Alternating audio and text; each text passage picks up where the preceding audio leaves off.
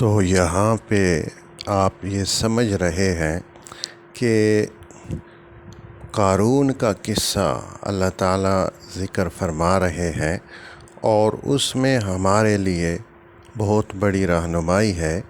یہ موسیٰ علیہ السلام کی قوم سے تھا، موسیٰ علیہ السلام کا چچا زاد بھائی تھا، لیکن موسیٰ علیہ السلام سے بہت زیادہ حسد رکھتا تھا اور ان کے خلاف سازشیں کرتا رہتا تھا۔ یہ بحیرہ کلزم سے پار ہو گیا تھا۔ اس وقت یہ منافق تھا، بظاہر ایمان کا اس نے دعویٰ کیا ہوا تھا، تو بعد میں بھی مسلسل اس کی سازشیں جاری رہیں۔ تو ایک وقت آیا کہ پھر اللہ نے اس پہ عذاب نازل کیا، اس کو زمین میں دھنسا دیا۔ تو یہ گزشتہ درس میں ہم جتنے تک پڑھ چکے ہیں کہ وہ بہت زیادہ مالدار ہو گیا تھا کہ وہ اس کا فرعون کا جو ہے وزیر بنا ہوا تھا۔ بنی اسرائیل سے فرعون جو کام لیتا تھا تو اس کی مزدوری پھر اس قارون کے ذریعے ان لوگوں کو دی جاتی تھی، تو اس میں بہت زیادہ یہ خرد برد بھی کیا کرتا تھا، تو کافی یہ مالدار بنا ہوا تھا اور انتہائی غرور میں تھا۔ تو اللہ تعالیٰ ارشاد فرماتے ہیں فَخَرَجَ عَلَىٰ قَوْمِهِ فِي زِینَتِهِ کہ ایک دن یہ قارون اپنی قوم کے سامنے اپنی ٹھاٹھ باٹھ کے ساتھ، اپنی زینت کے ساتھ، شان و شوکت کے ساتھ سامنے آیا۔ اس کے پاس بڑی دولت، اس کے بڑے ورکر اور بڑا ایک لاؤ لشکر اس کے ساتھ لوگوں کے سامنے یہ گزر رہا تھا۔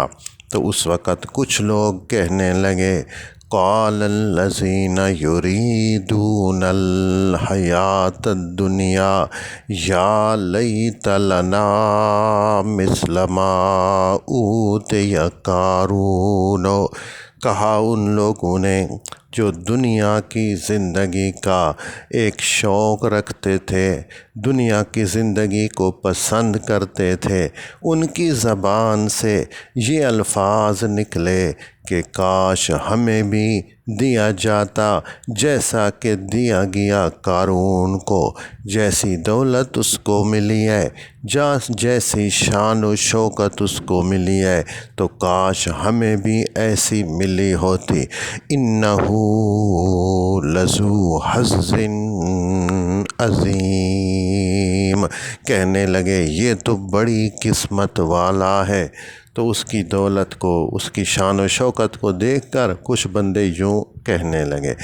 تو ان کو پھر سمجھانے کے لیے، یعنی جو ایمان والے، جو صحیح دیندار اور اللہ کا خوف رکھنے والے لوگ تھے، وہ ان کو سمجھانے لگے وَقَالَ الَّذِينَ أُوتُوا الْعِلْمَ وَيْلَكُمْ ثَوَابُ اللَّهِ خَيْرٌ لِّمَنْ آمَنَ وَعَمِلَ صَالِحًا، کہنے لگے وہ لوگ جن کو علم ملا تھا، وہ کہنے لگے کہ ہائے افسوس تمہارے اوپر، یہ کیوں نہیں سوچتے کہ اللہ کا دیا ہوا ثواب وہ بہت بہتر ہے ان کے لیے جو ایمان لائیں اور نیک عمل کریں۔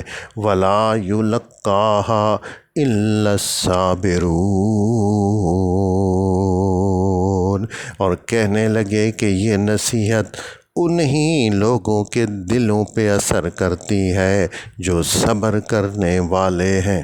تو وہ سمجھا رہے ہیں ان کو کہ اللہ کا ملا ہوا ثواب بڑی چیز ہے، ایمان عمل صالح یہ اصل کامیابی ہے، یہ دولت تو امتحان کے طور پہ اس کو ملی ہوئی ہے، اس کو دیکھ کر آپ یہ نہ کہیں کہ یہ بڑی قسمت والا ہے۔ یہاں بعض پرانی تفسیروں میں بڑے عجیب عجیب جو روایات موجود ہیں وہ اصل میں اسرائیلیات ہے، ان کی کوئی حیثیت نہیں ہے۔ مثلاً یہ لکھا ہوا ہے کہ قارون کے خزانے اتنے بڑے تھے کہ ان کی چابیاں جو ہیں ان کو اٹھانے کے لیے بہت سارے نوجوان ہوتے تھے، اور وہ چابیاں بھی چھوٹی اور چمڑے کی بنی ہوئی ہوتی تھیں، ان کا وزن بھی کم تھا، پھر بھی یہ صورتحال ہوتی تھی۔ تو یہ اس قسم کی باتیں اسرائیلیات ہے، یا اس کے ہزاروں خدمتگار تھے وغیرہ وغیرہ۔ حالانکہ اتنی بات ہے، حضرت عبداللہ بن عباس رضی اللہ عنہ انہوں نے یہ کہا ہے کہ بھئی یہاں مفاتحہ کے جو لفظ ہے اس سے مراد اس کے خزانے ہیں، چابیاں نہیں ہیں، اور اس کے خزانے اتنے تھے کہ ان کو اٹھانے کے لیے نوجوانوں کی ضرورت ہوتی تھی، مالدار ضرور تھا، لیکن یہ اسرائیلیات بہت ساری ان پرانی تفاسیر میں نقل ہو گئی ہیں جن کی کوئی حیثیت نہیں ہے۔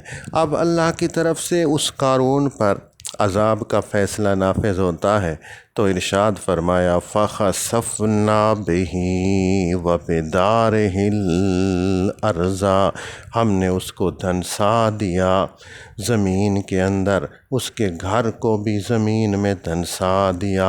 فَمَا كَانَ لَهُ مِنْ فِئَةٍ يَنْصُرُونَهُ مِنْ دُونِ اللَّهِ، بس کوئی جماعت ایسی نہ تھی جو اس کی مدد کرتی اللہ کے سوا، کوئی اس کو اللہ کے عذاب سے بچانے والا نہیں تھا۔ وَمَا كَانَ مِنَ الْمُنتَصِرِينَ، فرمایا وہ کوئی مدد اپنے لیے نہ لا سکا، اللہ کے عذاب سے اس کو کوئی بچا نہ سکا۔ وہ زمین میں دھنس گیا اور اس کا گھر زمین میں دھنس گیا، اور اللہ نے اس کو عذاب کا شکار کر دیا، اس کے غرور کو مٹا دیا۔ اب یہاں بھی بہت سی اسرائیلیات ہیں جو پرانی بعض تفسیروں میں نقل ہو گئیں کہ لکھا ہے کہ بھئی آج تک وہ زمین میں دھنستا جا رہا ہے۔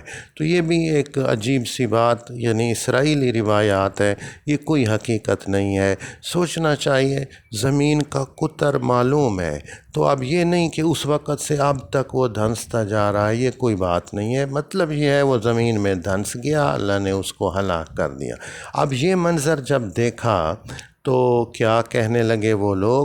اللہ فرماتے ہیں وَأَصْبَحَ الَّذِينَ تَمَنَّوْا مَكَانَهُ بِالْأَمْسِ يَقُولُونَ وَيْكَأَنَّ اللَّهَ يَبْسُطُ الرِّزْقَ لِمَن يَشَاءُ مِنْ عِبَادِهِ وَيَقْدِرُ، فرمایا فجر ہوئی تو کہنے لگے وہ لوگ کو جو کل شام یہ باتیں کر رہے تھے، تمنا کر رہے تھے اس کی جگہ ہونے کی، تو آج وہ کہنے لگے کہ ہائے افسوس، ہمیں کیسی غلط سوچ آئی، ہمیں تو یہ سوچنا ہے کہ اللہ پاک جس کا رزق چاہتا ہے وسیع کر دیتا ہے، اور جس کا رزق چاہتا ہے تنگ کر دیتا ہے۔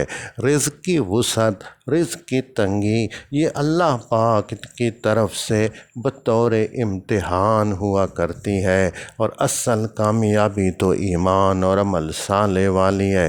لولا امن اللہ علینا، اگر اللہ ہمارے اوپر احسان نہ کرتا، لخسف بنا، تو ہم کو بھی دھنسا دیتا زمین میں۔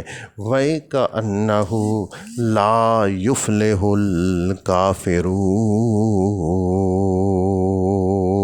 اور کہنے لگے کہ ہائے افسوس، ہمیں یہ بات پہلے سمجھ لینی چاہیے تھی کہ کافر کبھی کامیاب نہیں ہوتے۔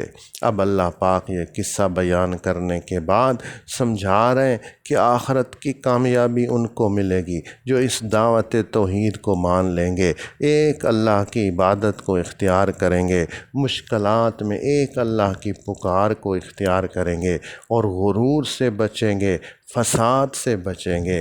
تو ارشاد فرمایا تلک الدار الآخرۃ نجعلھا للذین لا یریدون علوا فی الارض ولا فسادا۔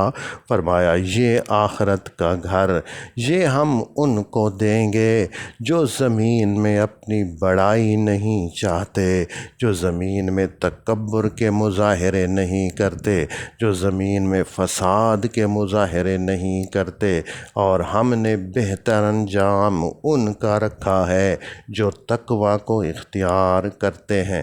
اب جو تقوی اختیار کریں گے، اس دعوت کو مان کر فکر آخرت والی زندگی، اعمال صالحہ والی زندگی گزاریں گے، اللہ فرماتے ہیں کہ میں ان کو ہمیشہ ہمیشہ کی کامیابی عطا کروں گا۔ پھر اس میں بھی اللہ تعالیٰ ایک ضابطہ بیان کرتے ہیں کہ نیکی کرنے والوں کو نیکی سے بہت زیادہ دوں گا، اور نافرمانی کرنے والوں کو نافرمانی کے برابر سزا دوں گا۔ تو ارشاد فرمایا من جاء بالحسنۃ فلہ خیر منہا۔ فرمایا جو بندہ نیکی لے کر آئے گا اس کو نیکی سے بہتر انعام دوں گا۔ ومن جاء بالسیئۃ، اور جو بندہ نافرمانی کر کے آئے گا فلا یجزی الذین عملوا السیئات الا ما کانوا یعملون۔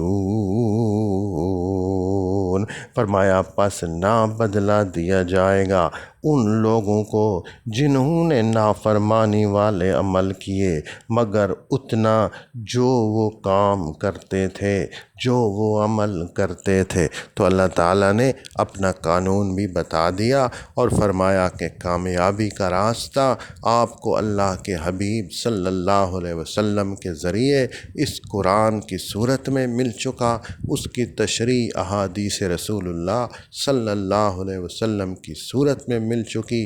ان کو سامنے رکھو، اس کے مطابق زندگی گزارو، یہی جو ہے کامیابی کا راستہ ہے۔ تو اللہ تعالیٰ نے